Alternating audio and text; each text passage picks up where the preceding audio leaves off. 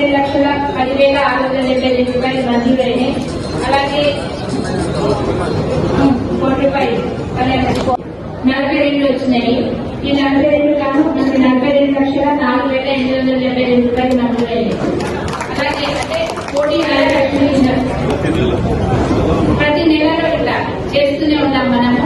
1 నుంచి 2 కోట్ల మధ్యలో ప్రతి నెల కళ్యాణ లక్ష్మి కింద వస్తుంది. అలాగే సీఎం రిలీఫ్ ఫండ్ చెక్స్ కూడా ఇవాళ మనకి 158 చెక్స్ వచ్చినాయి. దీని ద్వారా 55,17,000 రూపాయలు వచ్చినాయి. పోయిన వారం కర్నూలులో 20 లక్షల దాకా ఇచ్చాము. అంతకుముందు వారం తల్లాడలో పెట్టాము. అప్పుడు 40 లక్షల దాకా చెక్కులు వచ్చినాయి సీఎం రిలీఫ్ ఫండ్. ఇవి కాకుండా మనం ఎల్ఓసి కింద మరి ఎంతో మందికి రోజు మనం ఎల్ఓసి ఇచ్చి రోజు ఒకరికో ఇద్దరికో ఇచ్చి ఉచితంగా నిమ్స్ హాస్పిటల్ సర్జరీలు కూడా చేయించడం జరుగుతూ ఉంది. 3 లక్షల నుంచి 5 లక్షల వరకు కూడా ఎల్ఓసి ఇవ్వడం జరుగుతుంది. ఈ కేసులో సీఎం గారి దగ్గరికి వెళ్ళి ప్రత్యేకంగా అడిగితే ఇంకా కొంచెం కూడా ఎక్కువ మంజూరు చేసి పేద ప్రజలకు ఉచితంగా వైద్య సహాయం అందుతుంది.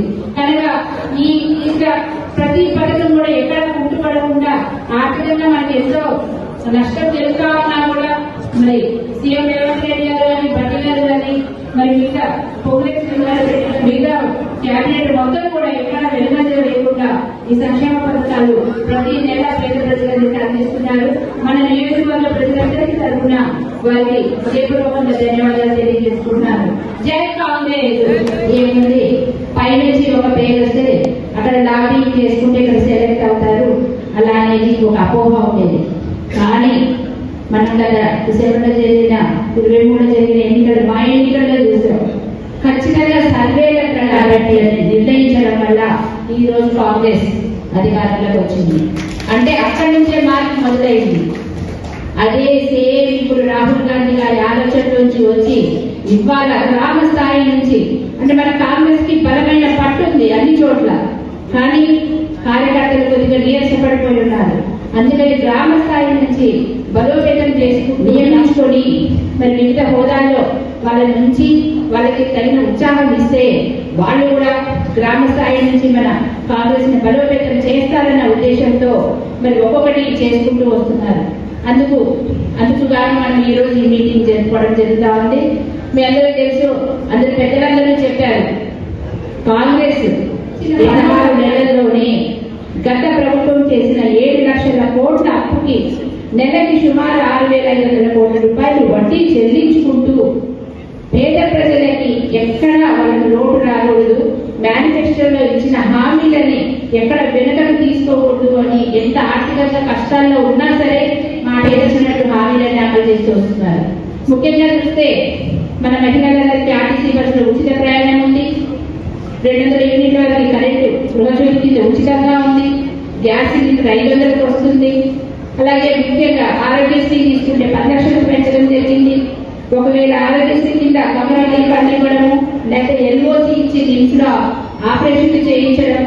అలాగే ముఖ్యంగా విద్యారంగంలో సమూలమైన మార్పులు తీసుకొచ్చి స్కూల్స్ కాలేజెస్ స్టార్ట్ చేసిన మొట్టమొదటి రోజే యూనిఫామ్స్ తో పాటు పాఠ్య పుస్తకాలు అందించడం కానీ ఆ యూనిఫామ్స్ కుట్టే బాధ్యత కూడా డ్వాక్రా మహిళలకు ఇవ్వడము, డ్వాక్రా మహిళలకి వడ్డీ లేకుండా రుణాలు ఇవ్వడము, అలాగే వాళ్ళకి పెట్రోల్ పంపులు నడుపుకోవడం కానీ సోలార్ పవర్ యూనిట్స్ ఇవ్వడం కానీ మీ సేవా సెంటర్స్ అలాగే ఇందిరమ్మ క్యాంటీన్లు ఇలా చెప్పుకుంటూ పోతే మహిళలని ఆర్థికంగా బలోపేతం చేసి వాళ్ళని కోటీశ్వరులను చేయాలన్న ఉద్దేశంతో రేవంత్ రెడ్డి గారి ప్రభుత్వం ఎంతో కష్టపడి పనిచేస్తా ఉన్నారు. అహర్నిశలు కష్టపడుతూ.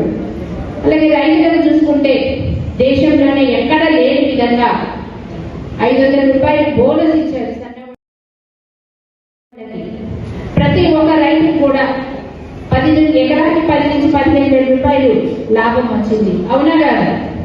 అలాగే అదే సన్నధాన్యాన్ని మిల్లాడించి రేషన్ షాపుల ద్వారా సన్న బియ్యం మనందరికీ పంపిణీ చేస్తున్నారు.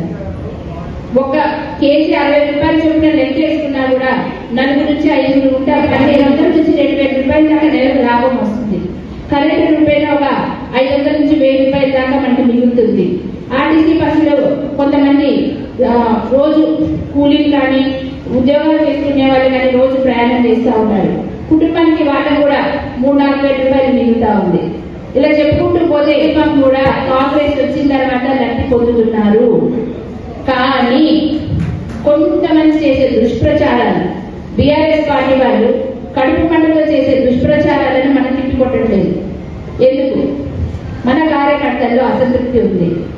ఎందుకుంది? మన పెద్దలు చెప్పినట్టు మాకు వెంటనే వచ్చి 16 నెలలు అయినా కూడా ఏ పదవి రాలేదు అని కొంచెం బాధలో ఉండి కొంచెం నిరాశగా ఉన్నారు. ప్రతి ఒక్కరికి కూడా మా విషయం తీసుకోండి. మేము 20 సంవత్సరాలు ప్రజాక్షేత్రంలో ఉంటూ పదవులు ఆశించకుండా ఏ పదవి లేకున్నా కూడా నిస్వార్థంగా ప్రజలకు సేవ చేస్తూ ప్రజల సమస్యల కోసం పోరాడుతూ ఉంటే ఈ రోజు ఎమ్మెల్యే అయ్యారు. ఇదంతా కూడా మీరు మమ్మల్ని గుర్తించి మమ్మల్ని సర్వేలో మొట్టమొదటి స్థానంలో నిలిపినందుకు ఈ రోజు ఇట్లా ఉన్నాం. అట్లా కష్టపడి పనిచేసే ప్రతి ఒక్కరికి కూడా తగిన సమయంలో ఖచ్చితంగా గుర్తింపు వస్తుంది. మీరు 10 సంవత్సరాలు అందరూ కూడా పార్టీ అధికారంలో లేని సమయంలో కాంగ్రెస్ పార్టీకి అండగా నిలబడ్డారు. ఇప్పుడు అధికారం వచ్చింది, ఖచ్చితంగా మీరు ప్రజలందరికీ కూడా అందుబాటులో ఉంటూ వారి సమస్యలు తీర్చుకోవడం. ఇన్నేళ్ల నుంచి ఏ వేరే పార్టీలకు తిరగలేదు అనమాట, కాంగ్రెస్ లో ఉన్నాను. అందుకోసం మీకు అందరూ ఇప్పుడు చెప్పేది కాంగ్రెస్ ని పట్టుకొని కష్టపడే వాళ్ళని పోస్టులు స్థాయిగా, డిస్ట్రిక్ట్ స్థాయిగా, రాష్ట్ర స్థాయిగా లేదా గ్రామాల స్థాయిగా అనమాట. దీంట్లో నా రికమెండేషన్ కూడా ఏముండదు.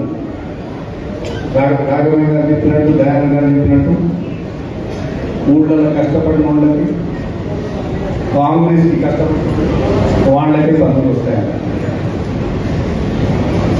అంటే కాంగ్రెస్ లో ఉండి అన్ని విధాల ఈ జిల్లాకు ఎక్కువ దయచేసి మీరు అనుకోకండి ఈ రికమెండేషన్ లో మీకు పోస్టులు వస్తాయని అనుకోకండి. మీరు ఎవరు కష్టపడతారో మీ గ్రామం నుంచి ఏ పేర్లు వస్తాయో అవే పేర్లు పంపుతాం.